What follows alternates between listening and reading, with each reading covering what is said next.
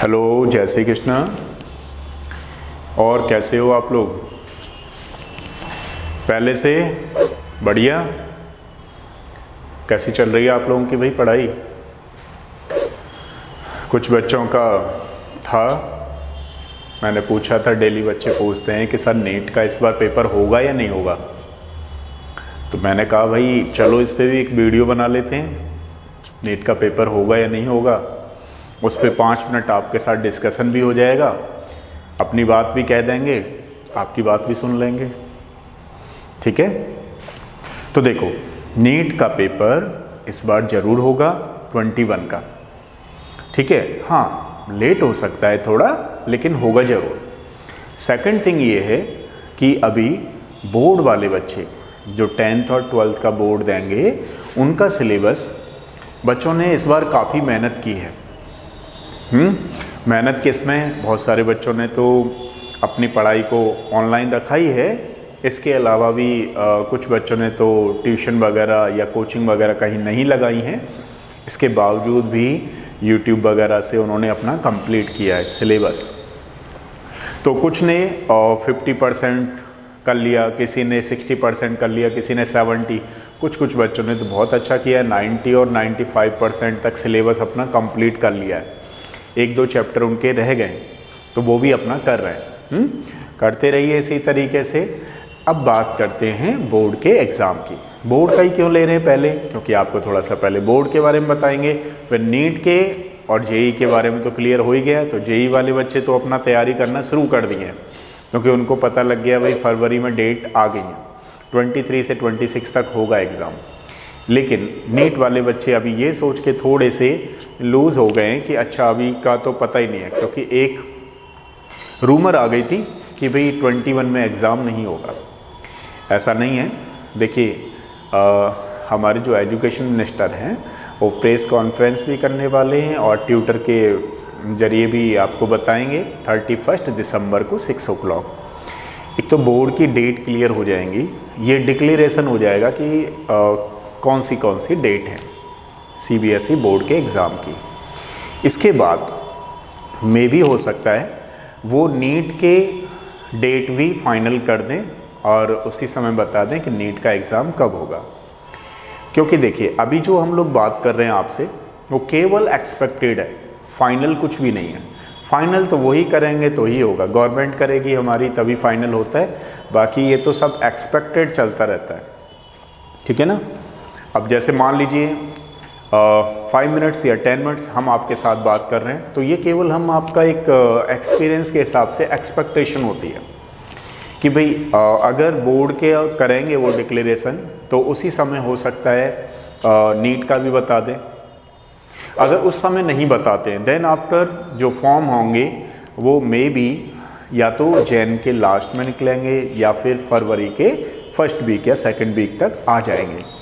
क्योंकि अभी जो काम चल रहा है नीट के फॉर्म पे वो केवल मे भी हो सकता है ऐसा हो जाए कि जेई वाला 4 फेज़ में हो रहा है, तो नीट का भी अभी जो डिस्कशन चल रहा है वो 2 फेज़ का चल रहा है कि 2 फेज़ में हो।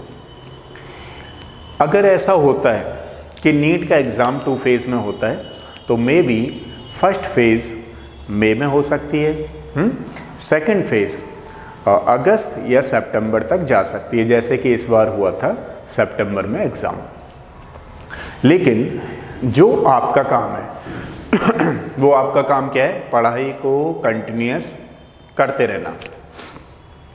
पढ़ाई में एक भी दिन गैप ना हो जाए किसी भी तरीके का, क्योंकि आजकल कुछ बच्चे जैसे अब एग्ज़ाम हो रहे हैं कुछ के तो बोर्ड के जैसे मैंने लास्ट वीडियो में बताया था, कुछ बच्चे ने तो एग्ज़ाम नहीं दिए बोर्ड के, 12th वालों ने नहीं जी हम तो जेई का डायरेक्ट देंगे। तो जिन बच्चों के एग्ज़ाम चल रहे हैं, एग्ज़ाम चाहे कोई भी हो, चाहे बोर्ड का हो, आपका स्कूल का हो, अभी क्योंकि प्री बोर्ड चल रहे हैं कुछ के, तो कुछ के अभी प्री बोर्ड शुरू होने वाले हैं, फिर फाइनली बोर्ड एग्ज़ाम होगा। तो जो भी एग्ज़ाम आपके स्कूल में चल रहा है उसको आप ज़रूर दें। सेकंड केस ये हमारे पास, सेकंड थिंग मैं ये बताना चाह रहा था कि जैसे मान लीजिए स्टडी को अगर आप बहुत अच्छा करना चाहते हैं तो रेगुलर करना किसी भी चीज़ को बहुत इम्पोर्टेंट है। मान लीजिए अगर कोई प्रैक्टिशनर है, प्रैक्टिशनर जैसे कि फॉर एग्जांपल कोई गेम ही खेलता है या आप ही गेम खेलते हो, तो आपने देखा होगा कि आपकी बॉडी की जिस दिन प्रैक्टिस नहीं होती है उस दिन आपको ऐसा लगता है कि यार मालूम नहीं क्या कुछ कमी रह गई है, कहीं ना कहीं से ऐसा फील होता है। लेकिन जिस दिन आप प्रैक्टिस करते हो तो आपकी बॉडी भी काफ़ी एक्टिव रहती है और एक्टिव के साथ साथ आपकी पूरा मतलब फंक्शनलिटी होती है अच्छी तरीके से। समझ पा रहे हो? सेम केस स्टडी में है। मान लीजिए जिस दिन हम लोग पढ़ते हैं उस दिन हमें कॉन्फिडेंस बहुत ज़्यादा रहता है, लेकिन जिस दिन आप लोग नहीं पढ़ते होगे उस दिन आपको थोड़ा सा कॉन्फिडेंस में लगता होगा कि कहीं ना कहीं से कमी आ रही है। ठीक है, समझ रहे हो? और वो उन बच्चों के लिए मैं ज़्यादा कहूँगा जिन बच्चों को लगता है कि यार कुछ नहीं है, तो उनसे मैं ज़रूर कहूँगा देखिए पॉजिटिव थिंग एक ऐसी चीज़ होती है कि आप कुछ भी कर सकते हो, कोई भी बच्चा कुछ भी कर सकता है, ध्यान रखना, लेकिन उसके साथ एक चीज़ का होना बहुत ज़रूरी है, पॉजिटिव थिंकिंग। आप यकीन मानिए 98 और 99% बच्चे जो होते हैं वो जनरली एक जिसको बोल सकते हो आपकी एवरेज होते हैं या एवरेज से थोड़ा ऊपर होते हैं। बस 1% गॉड गिफ्टेड आप मान सकते हो कि बिना मेहनत के हाँ ठीक है जी हो गया होगा पता नहीं है। बाकी बहुत सारे लोगों ने, बहुत बच्चों ने अपने अपने लेवल से बहुत ज़्यादा मेहनत की है और इस बात को मैं ज़्यादा जानता हूँ। क्यों? क्योंकि मुझे 20 ईयर्स हो गए आप लोगों के साथ हैं, ये वाला मेरा बैच 20 जा रहा है। तो कहने का मतलब ये है कि बच्चे, हर कोई बच्चा अपनी जैसी अपने लेवल के अकॉर्डिंग तो मेहनत करता ही है। मैं कहता हूँ अपने लेवल को भी क्रॉस कर दो इस बार। तो इस बार जो आपका लेवल है उसको भी इतना क्रॉस कर दो ताकि सामने वाले को लगे कि यार बाकी इसने मेहनत की है। क्योंकि हर बार एवरी ईयर मैं देखता हूँ हर बच्चा अपने हिसाब से बेचारा करता ही। मान लीजिए किसी का बेसिक कॉन्सेप्ट क्लियर नहीं है लेकिन फिर भी पढ़ता है, ठीक है, अब फिर भी पढ़ता है, वो कोशिश करता है उसमें, लेकिन कई बार ही क्या करता है कि जितनी उसे मेहनत करनी चाहिए है उतनी नहीं कर पाता है। मेरा मतलब आप लोग समझ रहे होंगे। जैसे मान लीजिए किसी बच्चे को कोई चीज़ समझ में नहीं आती है तो मैं कहता हूँ उसको ज़्यादा पढ़ना चाहिए, एक ही चीज़ को 4 बार पढ़ना चाहिए। मान लो अगर 4 बार पढ़ता है तो कौन सी ऐसी चीज़ रह जाएगी आपसे जो आपसे नहीं पढ़ी जाएगी या आप नहीं कर पाओगे। तो पहली जो चीज़ है आपके साथ, पहली जो सबसे पहले स्टूडेंट की लाइफ में होनी चाहिए वो है पॉजिटिव थिंकिंग और एनर्जी के साथ, जोश के साथ। ये नहीं कि यार ठीक है पढ़ ही रहे हैं, पढ़ लिया 2 पेज पकड़ लिए, ठीक है पढ़ रहे, ये नहीं चलेगा। पढ़ रहे हो ढंग से, मन लगा के। और दूसरी वाली बात, मन लगा के क्यों कह रहा हूँ, आजकल चल रहा रजाइयों का मौसम। रजाई इन द सेंस क्यों कह रहा हूँ मैं, भाई घर में एक रूम दे दिया पेरेंट्स ने कि बच्चा पढ़ रहा होगा। अब आप अपनी ईमानदारी तो दिखा रहे हो लेकिन रजाई में घुस के दिखा रहे हो कि ठीक है भैया कॉपी बुक पकड़ ली, ठीक है जी चल रहे हैं। तो आपसे कहूँगा मोबाइल बिल्कुल छोड़ देना है पढ़ते समय, ठीक है। अगर आप ऑनलाइन वगैरह ले रहे हो तो ठीक है, ऑनलाइन के बाद थोड़ा सा हटा दो, क्योंकि मोबाइल जो है वो टाइम वेस्ट ज़्यादा करता है।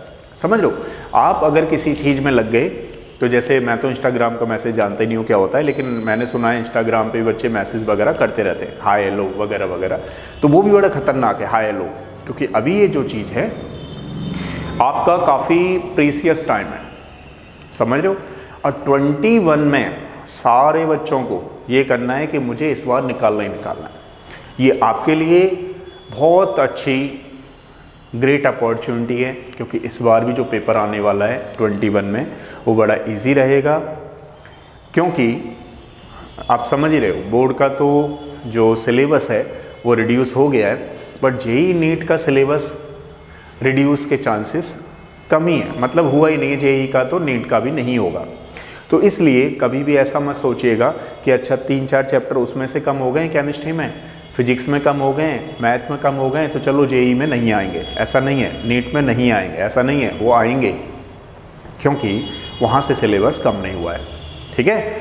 और एनर्जी के साथ, अच्छा एक और चीज़ बताता हूँ मैं, कुछ बच्चों का मैंने देखा हुआ है, बच्चे डायरेक्ट, जैसे मान लीजिए इनऑर्गेनिक केमिस्ट्री है तो किसी दूसरी बुक से कर रहे हैं, ऑर्गेनिक केमिस्ट्री किसी तीसरी बुक से कर रहे हैं, फिजिकल केमिस्ट्री किसी के.एल. कपूर के वॉल्यूम लगा रहे हैं। अरे भैया ये के.एल. कपूर आपके लिए नहीं है, के.एल. कपूर पीजी लेवल के लिए है, नेट वगैरह के लिए है, फिजिकल के लिए, ठीक है। और भी 1-2 चीज़ों को बताऊं तो सबसे पहले आपको क्या करना है, जेडीली पे पहुंचने के लिए पहले एनसीईआरटी करो, ठीक है। और अब एक प्रॉपर वे में, जैसे मान लीजिए आप नीट के स्टूडेंट हो तो या जेई के स्टूडेंट हो, दोनों के लिए बोल रहा हूँ, ठीक है।